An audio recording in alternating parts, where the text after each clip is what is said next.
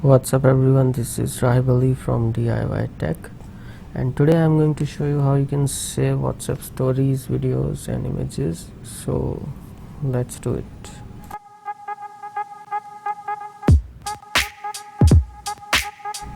Okay, so first you will need this app called Status Saver Pro, and I'll provide the links in the description box below so you can install it in your Android device.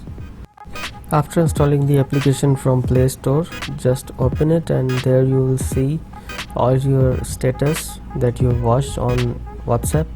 But if you don't see anything here, don't worry about it. Just open your WhatsApp, watch some stories there and come back to this application. Then you will see those status here.